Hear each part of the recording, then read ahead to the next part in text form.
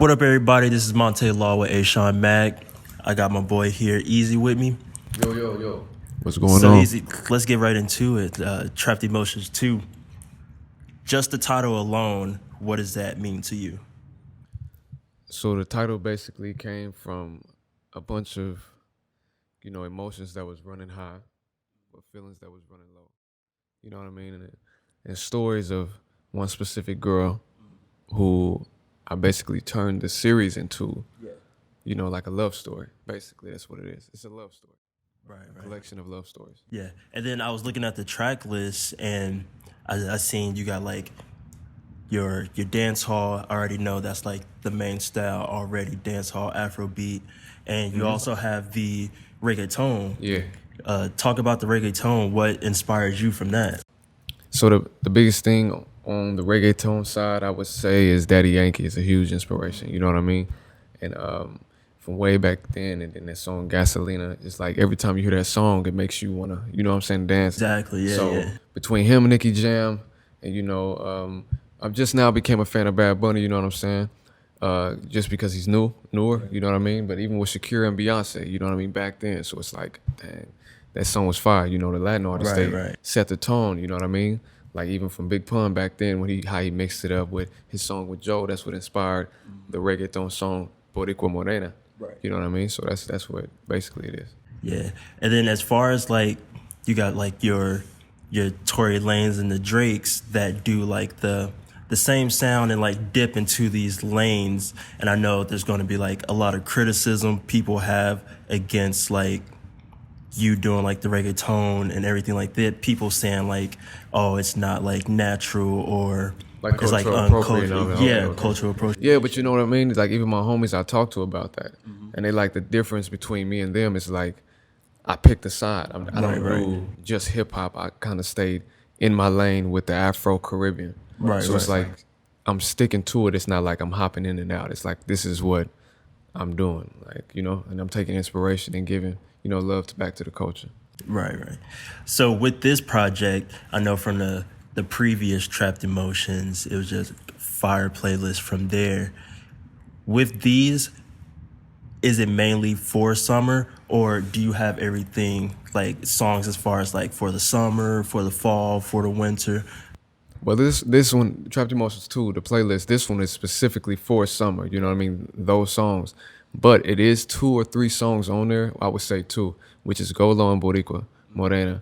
Those 2 are like all year round songs, you know what I mean? So it's like heavy Latin influence, so those are like the ones that's like year round. Those are my favorite 2 off the project. Got it. And once this project drops, like what's your main goal for it? So my main goal for this project is this project, Trapped Emotions 2, I want it to stamp me in the industry. I want to change the sound of culture, the music culture. So when people hear it, it's like bridging Afro and Caribbean together, you know, like reggaeton and mixing the Afro beat, mixing both genres together, which is Afro Caribbean. Right. And really just doing something different that's new and fresh, you know what I mean? So just bringing more melodies to the game. And I hope when people hear it, they'll be like, oh, okay, so I get my respect as being a songwriter, something different, not the average, songs that people write. It's like I do my own style, makes you want to dance. So I want to make people dance again with this project, basically. Yeah, I feel it. So tell us when the project's going to drop and everything. So the project is going to drop July 9th. Make sure y'all go get that, Trapped Emotions 2. Get it everywhere.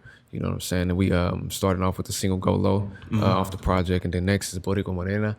Make sure you add that to your favorite Latin playlist, and we just going to take it from there and just pray it hits Billboard and goes #1, man. Oh, yeah, I definitely know it. I, for sure, firsthand heard the songs, the playlist, and it's all fire to me. So I already know once other people hear everything like that. And then what do you have to say for the people that aren't really like cultured into the dance hall like scene and everything? How does your music like bridge that gap for them? So basically, and that's going back to the question you asked about the culture appropriating, with the reggaeton and the Afrobeat. It's like I'm that artist that's not, I'm kind of mixing it up as far as like, but I'm that English person that's, singing over these beats. which is like, okay, so it's like almost like the Rosetta Stone of music, you know? Exactly. It's like, you know, the translator. So that's what I'm doing. I think that's why it's new and fresh, and it's kind of new, even for all cultures and genres to look to be like, oh man, this dude is different. You know what I'm saying? But he's doing justice on our beats, you know? Yeah. So that's about it. Keeping a traditional sound. Exactly. And I'm still working with those people that's from these countries. It's not like I'm using American artists. Especially for the people that don't know like the patois and everything like that. It's just your music.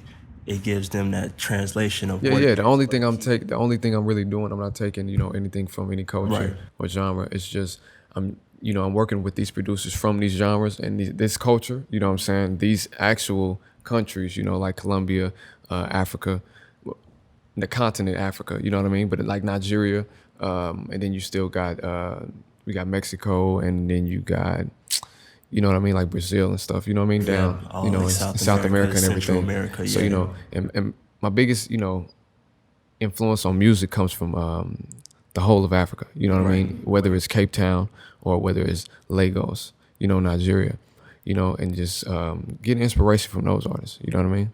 So, yeah. All right, well, tell everybody one more time when the album drops.